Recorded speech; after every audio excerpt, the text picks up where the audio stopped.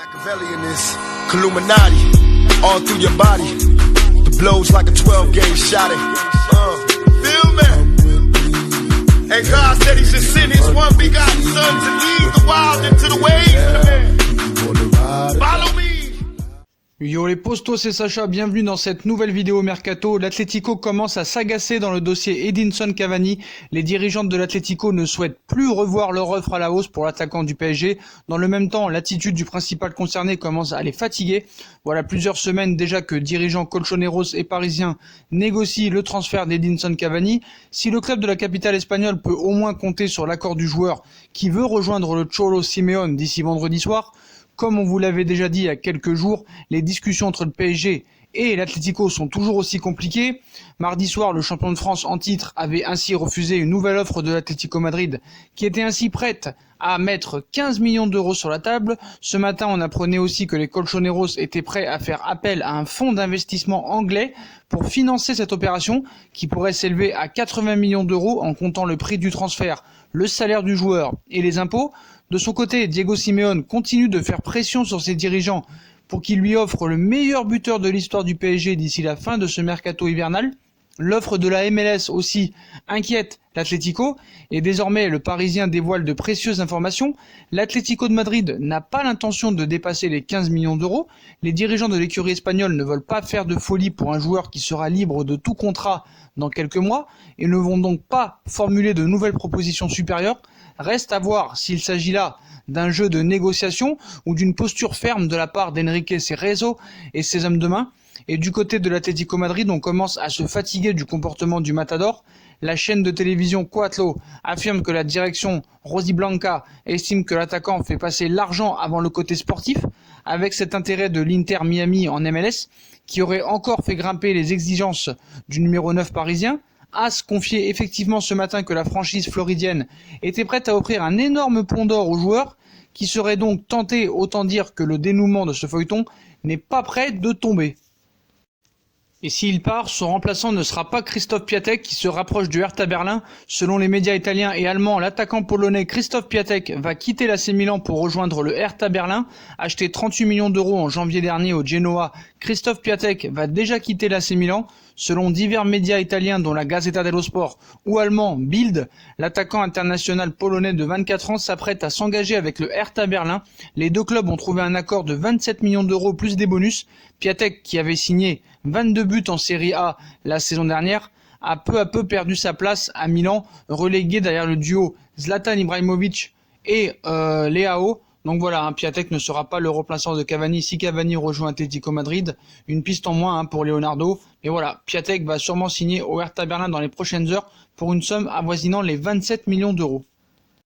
Et c'est enfin officiel, Bruno Fernandes est enfin un joueur de Manchester United. Les Red Devils ont enfin bouclé le transfert de Bruno Fernandes, le milieu offensif du Sporting Lisbonne, qui vient renforcer un secteur du jeu très pauvre en quantité, à 55 millions d'euros sans compter les bonus. Le Portugais est la recrue la plus chère du mercato hivernal pour le moment en Europe.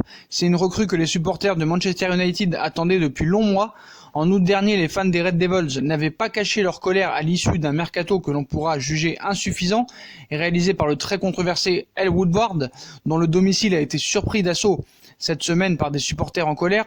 MU avait cassé sa tirelire pour deux défenseurs, Wan-Bissaka et surtout Harry Maguire. Mais en ce qui concerne le secteur offensif, que ce soit le milieu ou l'attaque, toutes les pistes explorées ont mené vers des échecs.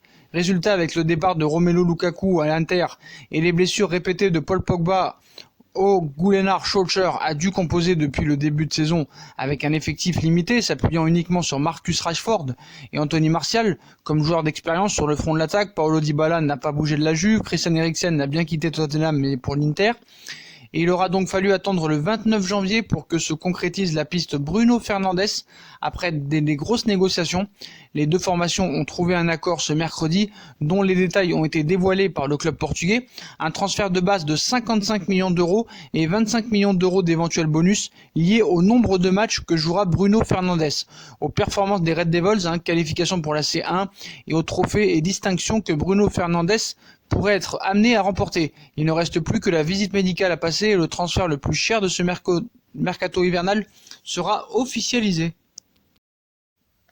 Et on passe du côté du FC Barcelone qui a été recalé par Everton Pour Richarlison, le Barça cherche désespérément à attirer un numéro 9 dans ses filets avant la clôture du mercato. Avec l'indisponibilité de Luis Suarez jusqu'en mai prochain, les Blaugrana doivent donc recruter pour faire oublier El Pistolero. Et selon les informations de Sky Sport, le champion d'Espagne aurait tenté d'arracher Richarlison, 22 ans, à Everton. Les Toffees auraient ainsi refusé une offre barcelonaise estimée à 100 millions d'euros. Les dirigeants du club anglais jugent en effet impensable de vendre un de leurs meilleurs joueurs cette saison. Une information qui peut paraître surprenante puisque l'attaquant brésilien est considéré comme extra-communautaire et que le Barça ne peut plus en accueillir cette saison. Pour rappel, Richarlison a inscrit 8 réalisations et distillé 3 passes décisives cette saison en Première Ligue cette saison. Et on repasse au dossier Neymar. Josep Maria Bartomeu reporte le feuilleton Neymar à plus tard. Au cours d'un entretien accordé en Espagne, le président du FC Barcelone, Josep Maria Bartomeu, s'est une nouvelle fois exprimé au sujet du feuilleton Neymar. Mundo Deportivo organisait la 70e édition, ou plutôt 72e édition de son gala annuel. Le président du Barça, Bartomeu, a pour l'occasion donné une interview au quotidien sportif espagnol, un entretien au cours duquel le patron Blaugrana s'est évidemment exprimé au sujet de l'actualité de son club, les premières critiques naissantes à l'encontre du nouvel entraîneur Quique Setién et à la fin du mercato d'hiver notamment. Mais ce n'est pas tout. Bartomeu a également dû faire face à de nouvelles questions du journal concernant l'interminable feuilleton Neymar, qui dure depuis de nombreux mois maintenant, où il cite « C'est la question récurrente que tout le monde nous pose depuis l'été dernier.